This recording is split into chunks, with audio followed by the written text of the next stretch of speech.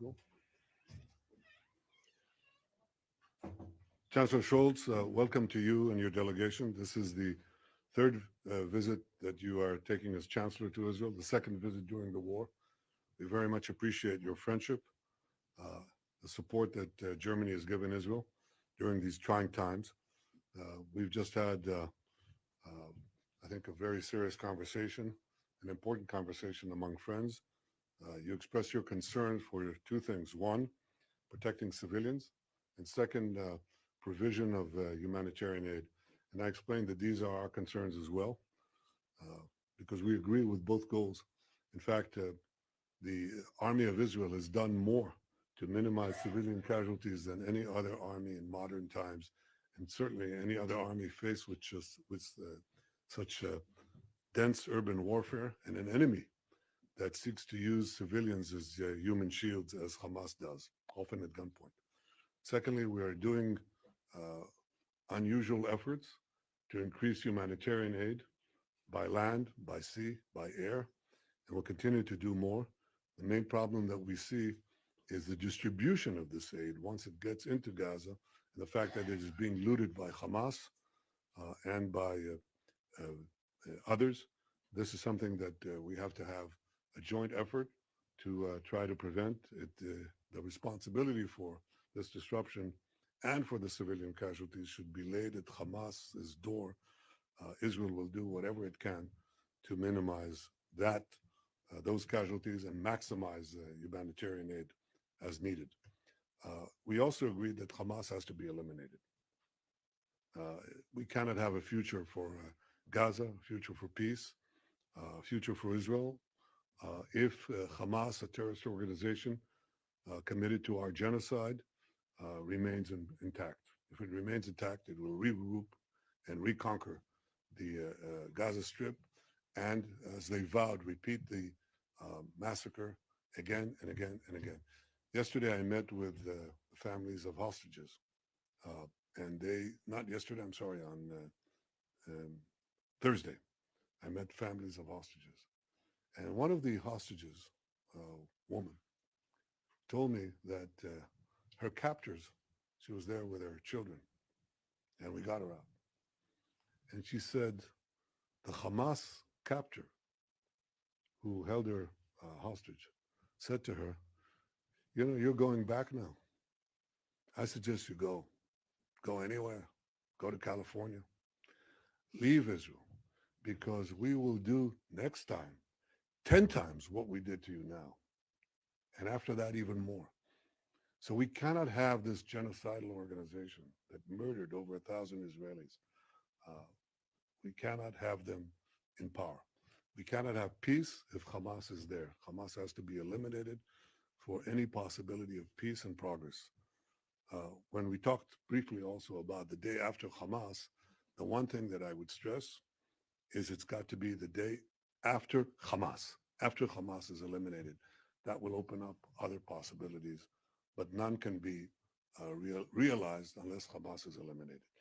Chancellor, please. Thank you. Prime Minister, many thanks for receiving me today.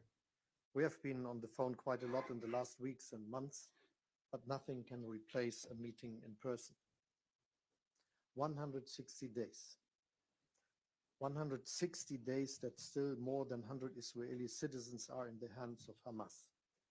160 days of suffering for them, an unbearable incertitude for their families and friends. They are in our thoughts and prayers, just as the memory of the more than 1,200 who were brutally murdered on October 7th. We will not forget them. Blessed be their memory. In these dark hours, my country stands by the people of Israel. From day one, our message has been clear. Israel has the right to defend itself against the terror of Hamas, and all hostages must be released. This cruel crime must end now. Israel's military operation in the Gaza Strip has now been going for about 5 months, and large parts of Hamas military infrastructure have been destroyed. During these 5 months, the cost in human lives and the number of civilian casualties has grown to be extremely high. Many would argue much too high. As a partner and as a friend of Israel, I have shared my concerns about the development of this war with the Prime Minister. By fighting Hamas terrorists, Israel is pursuing a legitimate goal. Never again end October 7. The longer the war lasts, the higher the number of civilian casualties rises, the more desperate the situation of the people in Gaza become, the more this begs the question, no matter how important the goal, can it justify such terribly high costs? Or are there other ways to achieve your goal? Take the ground offensive in Rafah. The military logic is one consideration, but there is a humanitarian logic as well. How should more than 1.5 million people be protected? Where should they go? I also spoke to the Prime Minister today about the need to provide the people in Gaza with comprehensive humanitarian aid supplies. We cannot stand by and watch Palestinians risk starvation. That's not us. That is not what we stand for together. Much more humanitarian aid is needed continuously, reliably. I shared my concerns with the Prime Minister that provision of aid from Israel into Gaza and the conditions for distribution must be urgently and massively improved. And finally, we need a hostage deal with a longer-lasting ceasefire. I know how difficult it is to reach an agreement with the Hamas terrorists, but we understand the hostage families who say after more than 5 months, the time has come for a comprehensive hostage deal for saving those who are still held captive. I want to express my appreciation for all the mediation efforts undertaken by the government of Qatar as well as Egypt. They have our full support. What also remains important from my view, Hezbollah must withdraw from the border area north of Israel. We are working on this on the basis of Security Council Resolution 1001 with the United States and many others. A regional military escalation would have unforeseeable consequences. We need to make any effort to avoid this. For me as German Chancellor, one thing is essential: Israel's security. It is at the center of all my efforts and thoughts here. Terror against Israel must be fought consistently, but terror cannot be defeated with military means alone. We need a solution to this conflict that ensures sustainable, lasting security. Sustainable security will not come from higher walls and deeper ditches. It will come from a positive perspective for both people, Israelis and Palestinians. A perspective for a future where Palestinians can responsibly take care of their own affairs, govern themselves. The Gaza Strip and the West Bank belong to the administration of the Palestinian Authority. The PA needs to be reformed and strengthened, both in terms of personnel and structure. Self-government and Palestinian statehood can and must be designed to meet Israel's security needs.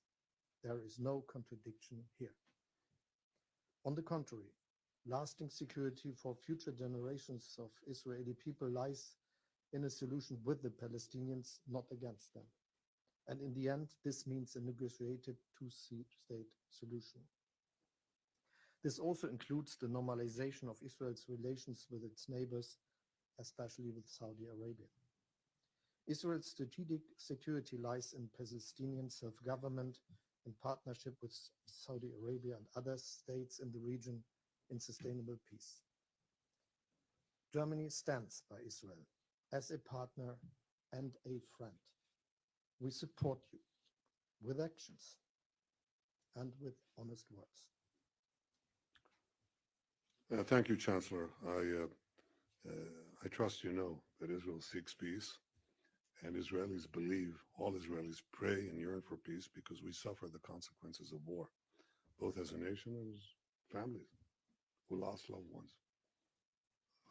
The cost of war is well known to us. We believe that the key to peace is security. Many believe that the key to security is peace, but peace is unsustainable without a strong Israel.